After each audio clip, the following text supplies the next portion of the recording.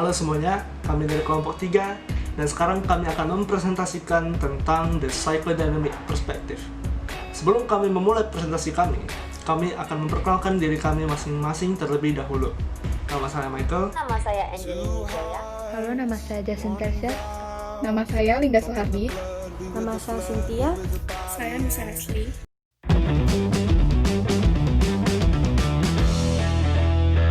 Pengertian dari perspektif psikodinamik. Perspektif psikodinamik adalah hasil pemikiran Freud dan pengikutnya serta pengembangan pekerjaan mereka. Mereka menyebutnya psikodinamik itu karena teori ini melandasi mereka untuk mengasumsikan bahwa tingkah laku berasal dari pergerakan dan interaksi pikiran orang-orang. Teori ini menggunakan teknik yang variasi untuk menerjemahkan bagaimana pikiran seseorang bekerja dan mengobservasi seseorang. Tingkah laku psikodinamik menekankan bagaimana cara menstimulasikan tingkah laku dan keduanya mempengaruhi dan dipengaruhi oleh lingkungan sosial seseorang. Oke, kegunaan perspektif psikodinamik. Memahami teori psikodinamik adalah prasyarat untuk memeriksa teori-teori pekerjaan sosial lainnya dan memiliki pengaruh terhadap berbagai aliran pemikiran dewasa lainnya. Rasmus de Misna berpendapat bahwa pekerjaan sosial psikodinamik ini berguna dalam memberikan kontribusi untuk pekerjaan sosial yang memiliki fokus pada konteks sosial di mana hubungan interpersonal terjadi. Secara umum, dari penjelasan di atas, kegunaan psikodinamik ada 3, yaitu 1. Memahami proses intrasikis maupun pemahaman internal. 2. Memahami kemampuan beradaptasi, motivasi, relasi interpersonal. Dan yang ketiga dan yang terakhir itu adalah asesmen terhadap kekuatan maupun keberfungsian sistem ego. Teori psikoanalitik terdiri atas 3 bagian sebagai berikut. Yang pertama adalah teori perkembangan, yang kedua adalah teori kepribadian manusia psikologi abnormal, yang ketiga adalah teori treatment atau pengobatan. Menurut Yellow, teori-teori ini didukung oleh 2 ide dasar sebagai berikut. Yang pertama adalah determinisme psikis. Determinisme psikis adalah suatu prinsip bahwa tindakan dan perilaku timbul dari proses pikiran orang, tidak hanya dari apa yang harusnya terjadi. Yang kedua adalah ketidaksadaran, gagasan bahwa beberapa pikiran dan aktivitas mental tersembunyi dari pengetahuan kita. Teori psikoanalisis terbagi 3 sebagai berikut. Yang pertama adalah id, yaitu mendorong kita bertindak untuk mengatasi kebutuhan kita atau segala sesuatu yang tidak disadari atau tidak disengaja. Bersifat impersonal atau anomi dalam daya-daya mendasar menguasai kehidupan psikis manusia. Contohnya, ketika saya merasa lapar, implikasi yang terjadi pada dalam tubuh yaitu timbulnya rasa lemas. Sehingga dengan segera tubuh harus melakukan aktivitas makan dan minum yang secara tidak sadar dilakukan untuk mengatasi efek lapar tersebut. Yang kedua adalah ego. Ego adalah mengontrol ide atau konsep yang mewakili logika dan dihubungkan dengan prinsip-prinsip realitas. Contohnya, yang mana ketika rasa lapar terjadi, pada tahap sebelumnya tentunya telah dilakukan proses berpikir untuk melakukan tindakan yang tepat dalam komunikasi dengan pihak yang dianggap paling tepat, baik melalui komunikasi langsung maupun tidak langsung. Melalui komunikasi ini tentunya diharapkan akan memperoleh informasi yang tentunya dapat memberikan keyakinan saya untuk melakukan proses aktivitas selanjutnya. Misalnya bila dinilai lebih baik melakukan aktivitas pembelian karena dirasa lebih efisien, maka dilakukanlah aktivitas pembelian itu sebagai respon untuk menanggulangi rasa lapar tersebut, sehingga rasa lega akan tumbuh sebagai implikasi dari kebutuhan yang telah dipenuhi. Yang ketiga adalah superego, yaitu mengembangkan prinsip umum moral dan memandu ego. Contohnya itu lahirnya sebuah keyakinan karena aktivitas yang dilakukan sudah dirasa etis dan benar dan dapat diterima oleh masyarakat dalam permasalahan ketika terjadi rasa lapar di suatu tempat dan memilih aktivitas pembelian sebagai alternatif yang terbaik. Selanjutnya, ego melakukan mekanisme pertahanan. Yang pertama adalah proyeksi, yaitu id yang tidak diinginkan yang berkaitan dengan sesuatu yang diinginkan ego untuk dilindungi dan dikenakan pada orang lain. Yang kedua adalah sublimasi, yaitu energi yang diarahkan pada kegiatan-kegiatan yang lebih dapat diterima. Yang ketiga adalah rasionalisasi, yaitu alasan-alasan yang dapat diterima untuk kegiatan aktivitas meski sebenarnya tidak dapat diterima. Yang keempat adalah pertentangan antara ide dan perasaan. Antara tiap orang mempunyai hasil yang berbeda. Teori perkembangan. Yang pertama adalah fase oral, dimulai dari 0 sampai 1 tahun. Pada perkembangan psikoseksual, alat paling penting untuk memberi kenikmatan pada bayi sejak lahir adalah mulutnya sendiri. Sebab mulut akan mengalami kontak langsung dengan payudara seorang ibu, di mana itu sebagai kebutuhan bayi. Selama fase ini, bayi akan bergantung pada ibunya. Yang kedua adalah fase anal, dimulai dari 1 sampai 3 tahun. Fase ini dikaitkan dengan tindakan menahan fase pada seorang anak. Perlakuan ibu terhadap anak apabila dosifikasi memiliki pengaruh pada pembentukan mental anak. Yang ketiga adalah fase palit, dimulai dari 3 sampai 5 tahun. Dinamika pada tahap perkembangan ini berpusat pada perasaan seksual dan agresif yang berkaitan dengan mulainya berfungsinya organ genital pada anak. Freud mengemukakan pendapat tentang Oedipus kompleks, elektrokompleks, dan lain-lain. Yang keempat adalah fase Oedipus, di mana pada fase ini menimbulkan ketertarikan terhadap lawan jenis satu sama lain. Yang kelima adalah fase latensi, dimulai dari 5 sampai 12 tahun. Periode di mana aktivitas libidinal pada seorang anak berkurang. Pada fase ini pun akan terbentuk rasa malu dan aspirasi moral dan estetis. Yang keenam adalah fase pubertas, di mana 12 sampai 18 tahun. Pada tahap ini akan muncul kembali dorongan-dorongan. Apabila dorongan tersebut dapat ditransfer dan disuguhi dimasukkan dengan baik, maka anak tersebut akan bertemu dengan tahap pematangan yang terakhir. Selanjutnya adalah teori treatment. Teori treatment dalam psikoanalisis klasik dibutuhkan terapi layar kosong.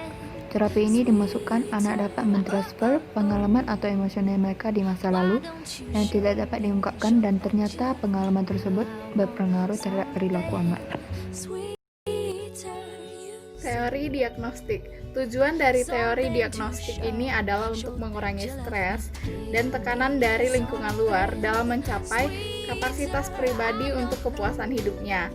Dasar empiris teori ini merupakan akumulasi dari pengalaman praktis dan metode penelitian kuantitatif dipertimbangkan dalam sesuai dengan respon individu kesulitan manusia.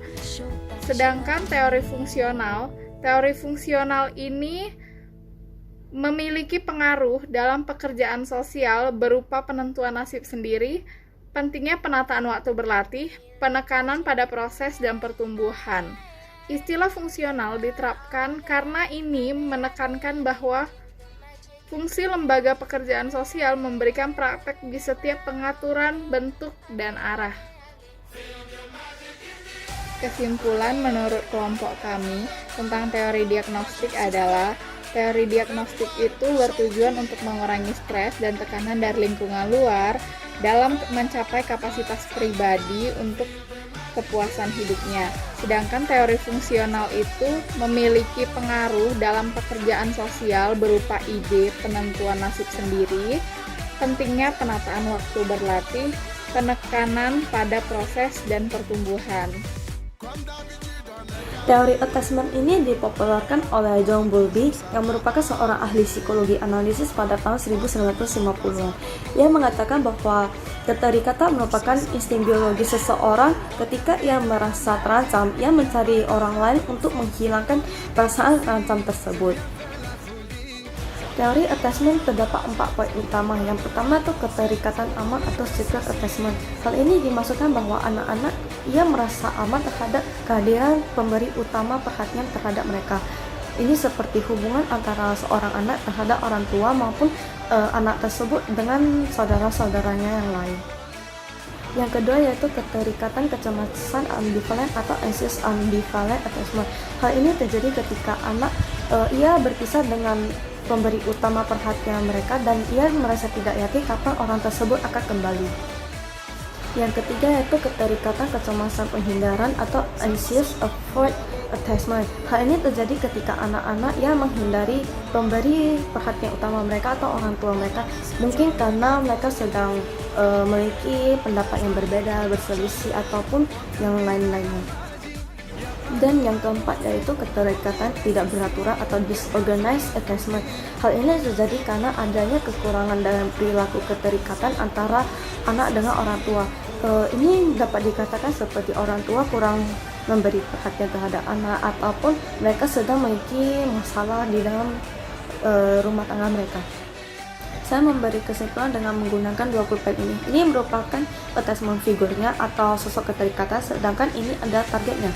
Apabila attachment figure ini memberi banyak perhatian ataupun memberi tindakan perlindungan, maka target ini akan semakin terikat terhadap attachment figure ini. Maka semakin banyak pula perhatian diberikan, maka semakin besar pula rasa keterikatan seseorang terhadap orang tersebut. Dalam pekerjaan sosial, Goldstein menggunakan ide psikologi ego yang dimulai dari 12 fungsi ego. Ego merupakan struktur mental yang berarti sebagai metafora atas mekanisme dalam otak yang mengatur interaksi manusia dengan manusia lain dan lingkungannya. Ego ini berperan sebagai energi dan motivasi, sebagai pengontrol, pengatur, dan dasar proses pemikiran. Seseorang bisa dikatakan memiliki ego yang kuat ketika mereka bisa mengatur hubungan dengan orang lain secara konsisten dalam pola-pola rasional yang disebut dengan master ego.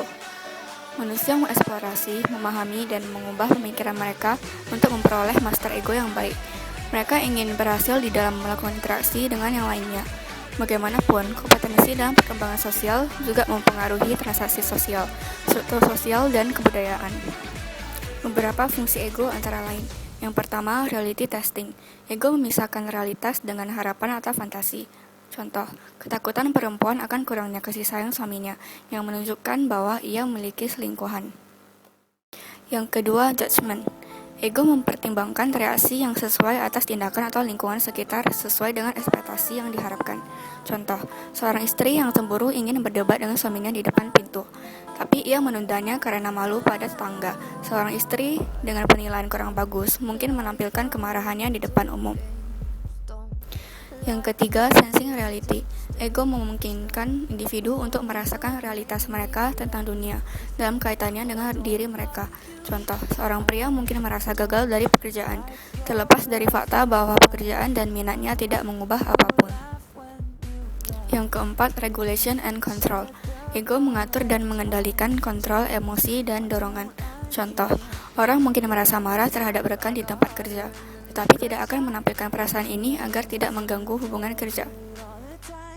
Yang kelima, object relation.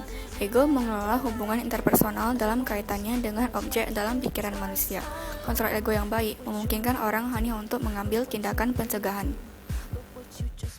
Yang keenam, true process. Ego menggerakkan individu dari proses pemikiran primer hingga sekunder. Proses pemikiran primer memungkinkan keinginan realistis atau impuls untuk diungkapkan secara langsung dan menyebabkan ambisi realistis. Sedangkan berpikir proses sekunder berarti orang merencanakan untuk mencapai keinginan mereka untuk memungkinkan orang lain menjadi bertanggung jawab. Adaptive regression. Ego memungkinkan orang untuk mundur ke cara yang kurang canggih dalam berpikir dan bertindak untuk mencapai sebuah tujuan. Contohnya, seperti seorang pria yang marah dengan pasangannya dengan memukulkan bantal ke kepala pasangannya.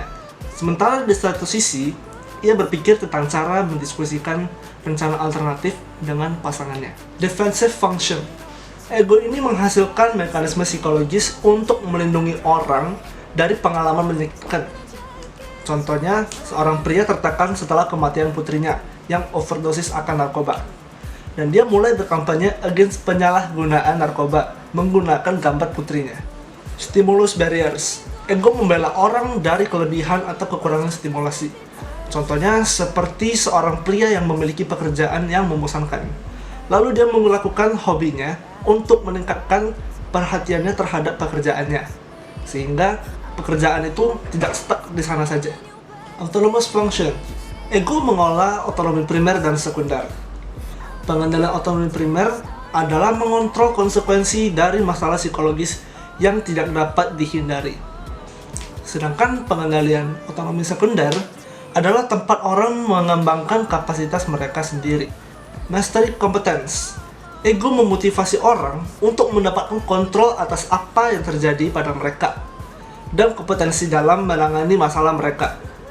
Contohnya, seorang remaja dari keluarga miskin mengembangkan keterampilan hubungan yang baik untuk membuat hubungan dengan berbagai teman-teman dan juga sekalian untuk meningkatkan peluang sosial dan kesempatan kerja. Sintetik integratif. Ego mengintegrasikan beragam pengalaman untuk berkontribusi persepsi diri orang secara keseluruhan dan integratif. Contohnya, seorang pekerja sosial mampu mentransferkan pengetahuan dalam bekerja dengan anak-anak tentang pengalaman bekerja dia sendiri dengan orang-orang yang cacat. Jadi, ego adalah hal yang sangat penting dalam kehidupan kita. Karena ego adalah struktur mental dalam kehidupan kita. Ego sendiri berperan sebagai energi motivasi, pengontrol, dan proses pemikiran manusia.